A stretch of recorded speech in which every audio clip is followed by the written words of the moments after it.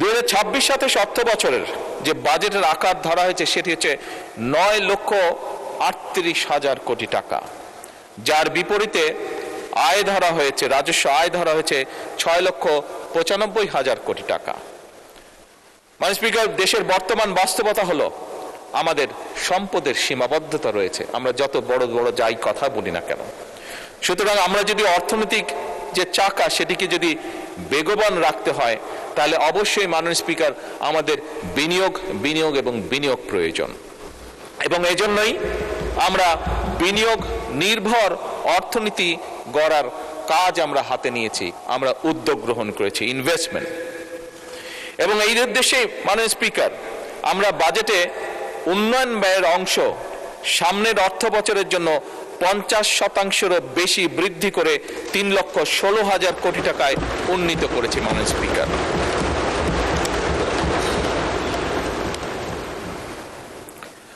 আবারও আমি মাননীয় বিরোধী দলের একটি কথাকে কোট করে বলতে চাই যে আমাদের লক্ষ্যই হচ্ছে জনগণের অর্থ জনগণের কল্যাণে উৎপাদনশীল খাতে ব্যয় হবে, এটিই আমাদের নীতি, এটি আমাদের লক্ষ্য।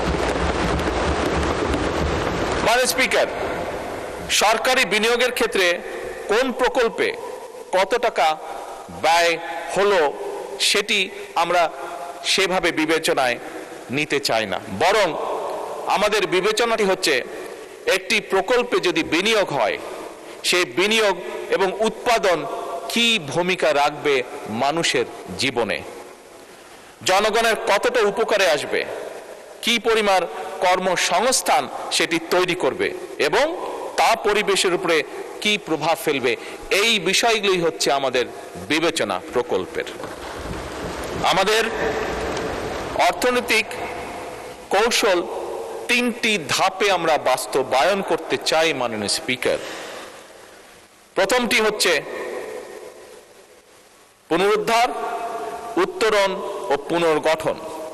প্রথম ধাপে মাননীয় স্পিকার অর্থনীতির যে অবনতি, যে ডিক্লাইন যেভাবে করছে এটিকে ধরে রাখা, ধরে উপরের দিকে নিয়ে আসা, অর্থাৎ এটিকে রোধ করা, মূল্যস্ফীতিকে নিয়ন্ত্রণ করা, বৈদেশিক মুদ্রা ব্যবস্থাপনাকে শক্তিশালী করা, জ্বালানি ও খাদ্য নিরাপত্তা নিশ্চিত করা এবং একটি রাজনৈতিক সরকার হিসাবে একটি মূল যেটি লক্ষ্য হচ্ছে প্রান্তিক জনগোষ্ঠীর সুরক্ষা বৃদ্ধি করা। অর্থাৎ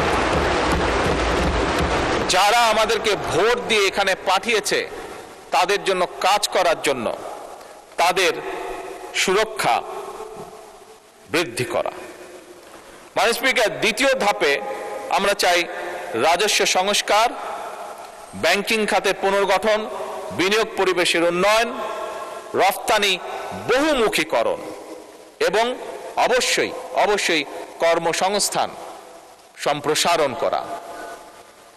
তৃতীয় ধাপে মাননীয় স্পিকার উৎপাদনশীল, উদ্ভাবন নির্ভর, প্রতিযোগিতা এবং অন্তর্ভুক্তিমূলক অর্থনীতির ভিতকে সুদৃঢ় করা। মাননীয় স্পিকার, আমরা বিশ্বাস করি শুধু জিডিপি প্রবৃদ্ধির হার বাড়লেই প্রকৃত উন্নয়ন হয় না।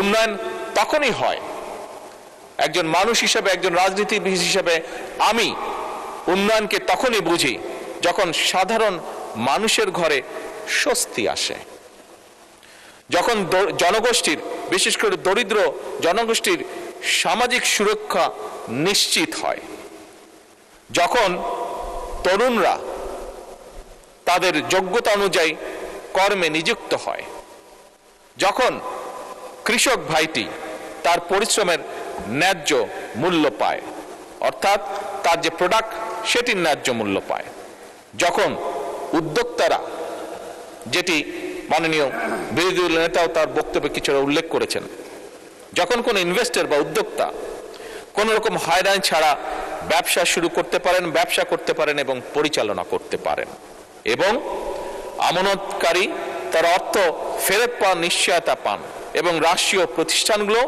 জনগণের কাছে স্বচ্ছ এবং দায়বদ্ধ থাকে।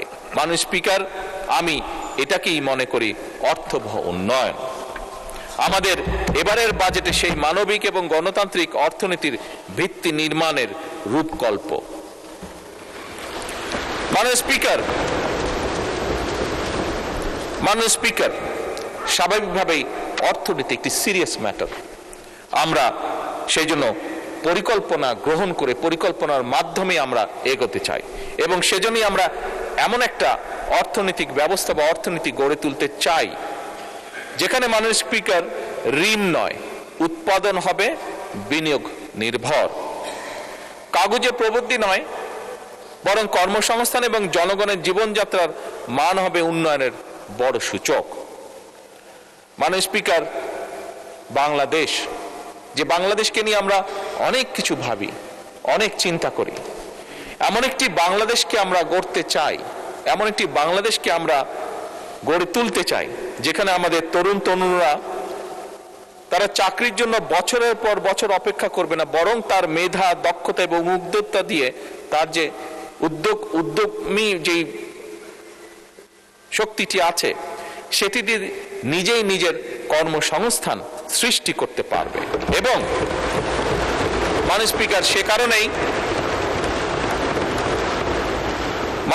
সে কারণেই আপনি খেয়াল করে দেখবেন এবারের বাজেটে আমরা যেটি চেষ্টা করেছি, মাননীয় স্পিকার, 100% সফল এখনো হয়তো আমরা হতে পারিনি, কিন্তু আমরা যে উদ্যোগটা গ্রহণ করেছি, যে চেষ্টা করেছি, সেটি হচ্ছে দেশীয় শিল্পকে বিকাশের জন্য আমরা সব রকম প্রাধান্য দেওয়ার চেষ্টা করেছি এবং একই সাথে মাননীয় স্পিকার নতুন কর্মসংস্থান যেখানে যে সেক্টরে সৃষ্টি হতে পারে সেটির পথ আমরা সুগম করার চেষ্টা করেছি। মাননীয় স্পিকার, আমাদের লক্ষ্য, আগেও বলেছি মাননীয় স্পিকার, আমাদের লক্ষ্য হচ্ছে একটা বাংলাদেশ তৈরি করা যেটা হবে উৎপাদনমুখী দেশ, রফতানিমুখী এবং উদ্ভাবন নির্ভর অর্থনীতি তৈরি করা আমাদের।